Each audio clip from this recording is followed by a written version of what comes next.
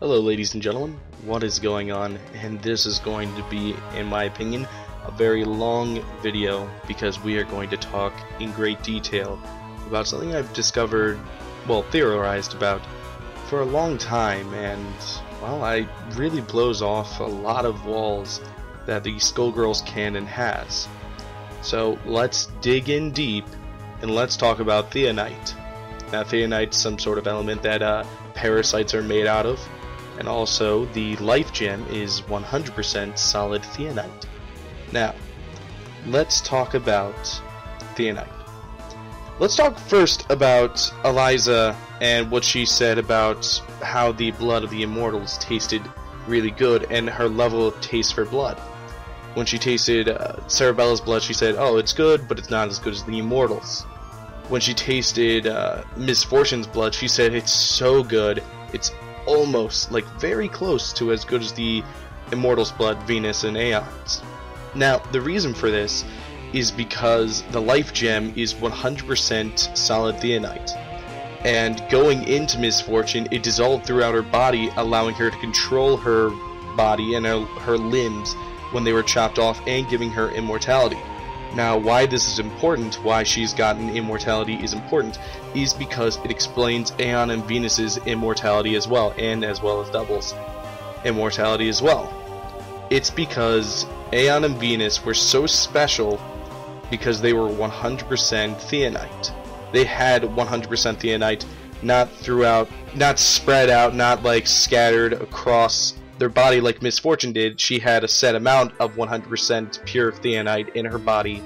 They had 100% pure Theonite flowing through their blood, which made them very important. Now you're probably wondering, wait a second, why flowing through their blood? Well, I'm going to explain another thing.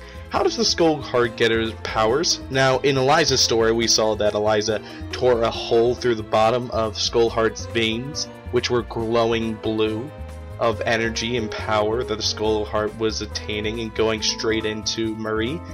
And she saw a pool of blood below. Now you're wondering, wait a second, how is there just a pool of blood below, and why is it even necessary for a pool of blood below? Now, let's think about it. The Skullheart is just like, let's say, a center of all that, but the blood is what the real power comes from. All that blood is put into the veins, the tubes that basically glow blue. Well, they go through first as red, but let's think about this. Why does red blood turn into blue? It's because those Skullheart veins filter out the actual blood and only leave pure Theonite as the power. Now, why this is important and why Double is helping Marie and the Skullheart is because to collect, more victims and to help get more victims, is because the more Theonite that they collect from the victims, from the blood, all of Skullheart's victims, down there with all their blood, collecting more and more Theonite, that could allow Double to gain back her daughters, which were, Aeon and Venus. If you didn't know, Double is a parasite, or could be a offspring or something related to Queen Lamia. In the past theory video, we said that Double is Queen Lamia and her parasite. Double is just the parasite of Queen Lamia, and Queen Lamia lives with her. But relating to that, we're actually going to keep going. So they're collecting Theonite, and that flows into the Skullheart. That's why the Skullheart, and how the Skullheart gets such unlimited power, as powerful as, well, we've been hearing that Aeon and Venus were, is because it is collecting pure Theonite throughout blood, going through the blood. And that's why it's very important, why Skullheart blood is so important. It's because it's 100% Theonite. Now, this could explain a lot of things. The immortality that Theonite gives Miss Fortune could also explain how, well, Painwheel could survive having two parasites just attached onto her, as we could see discussed in her story. Doing two parasites at the same time usually would kill anybody else, but they used Skullheart blood to transfuse into Painwheel, and she took it well, which means that she could allow two parasites to attach to her. That immortality aspect of Theonite is what allowed her to, let's say, rejuvenate at a fast pace, to recover her wounds at a fast pace, so then she didn't die. That's why Painwheel can attack with spikes going out of her body, but yet she can recover just in a few seconds. There isn't any marks where it used to be. That's a reason why Theonite is helping her body heal faster. Think like kind of like Wolverine's healing factor, if you need a reference to that, but Theonite is causing it. She doesn't have 100% pure Theonite in there. She only has a little bit of Theonite in her blood because she only had a little bit of Skullheart blood, which is 100% pure Theonite. She only has a little bit in there. That's why she's not immortal like Ms. Fortune, but she can heal much faster like an immortal could. Now, this explains so much of Skullgirls, because let's also talk about how the parasites gain power is because they're about like 50% Theonite.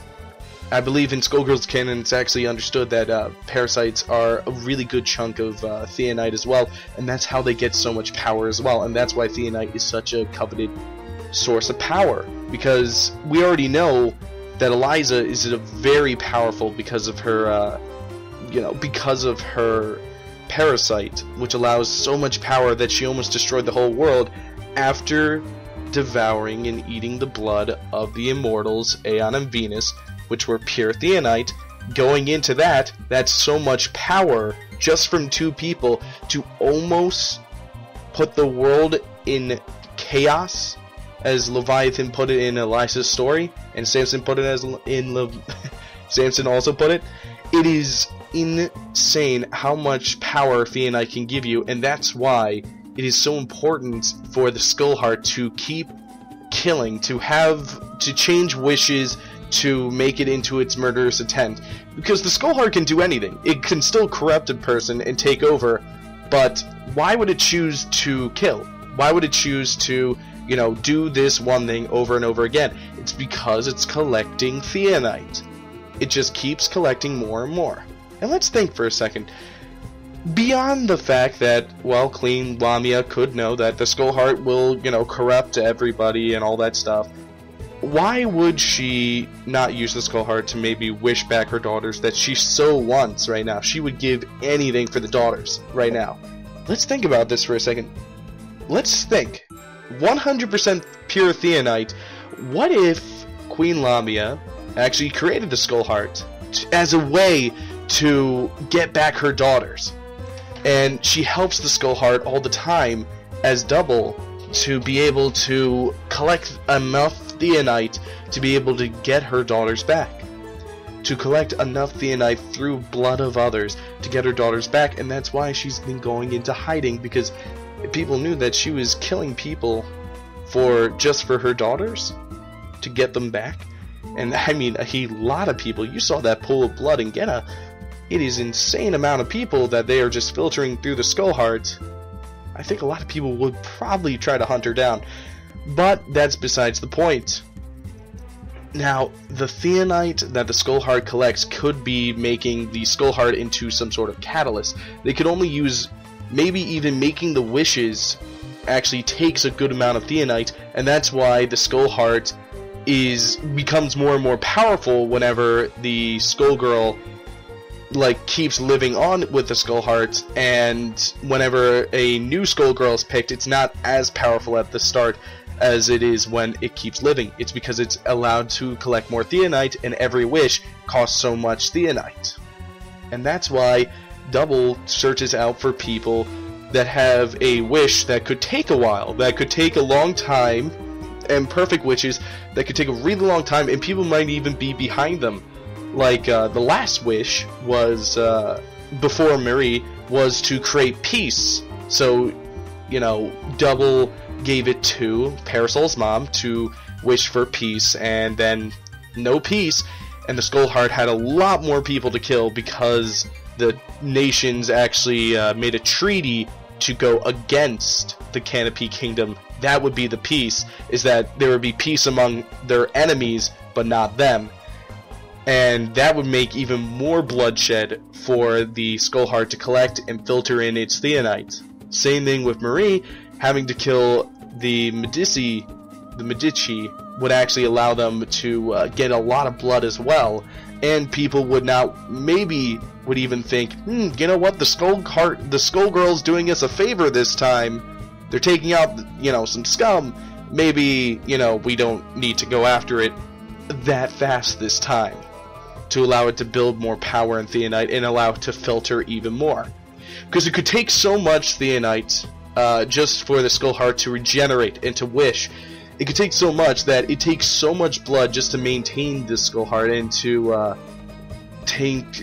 to make the wishes, that they just need to keep making more and more blood and filter it into Theonite to make the wish, to rejuvenate when it's necessary, and they just need so much blood, 100% pure Theonite, to make her daughters back. And that's why the Skullheart was created. And that's why the Skullheart always seems to turn the wishes into something violent. And that's why Painwheel can actually heal at an accelerated rate. That's why Misfortune has immortality, is because her life gem is 100% pure Theonite. And that's why Eliza, just drinking the blood of 2 immortals, could have such insane power. It's because of Theonite. And we're even going to blow off the top on another subject, and that is the different races. Now let's say every single living being has a little bit of Theonite in it. Every single living being, or maybe even just sentient beings, have a little bit of Theonite in them. Now the different levels of Theonite could allow for different mutations of the human kind. Now this could also be, really interesting when you could say, like, every human's like, maybe 5% Theonite, everything else is just human. And then let's say, oh, but if you give like 10% Theonite plus everything else being human, and let's say like the location of where they live at is near the ocean or the water, then people will want to adapt to that location, and that want and that need, it causes their own little mini wish in their genetics to turn into, well, the New Meridian people, the fish people like Minette, and that causes like genetic mutations going to pass down to create a whole new race because of the Theonite that is within their blood, the percentage of Theonite to human. Same thing with different races as well. Cynthia's race, I can't remember what the race is, but the race of giant, the Gigans or something like that, they could be people that lived in a situation where they needed to become bigger and stronger, and their percentage of Theonite allowed them to genetically pass down or genetically kind of wish to for their kids to become that way, and that creates a whole new race as well. So Theonite, this theory could explain more than just the characters we already know, but also the origins of all the races in Skullgirls, and how everything is connected in this story.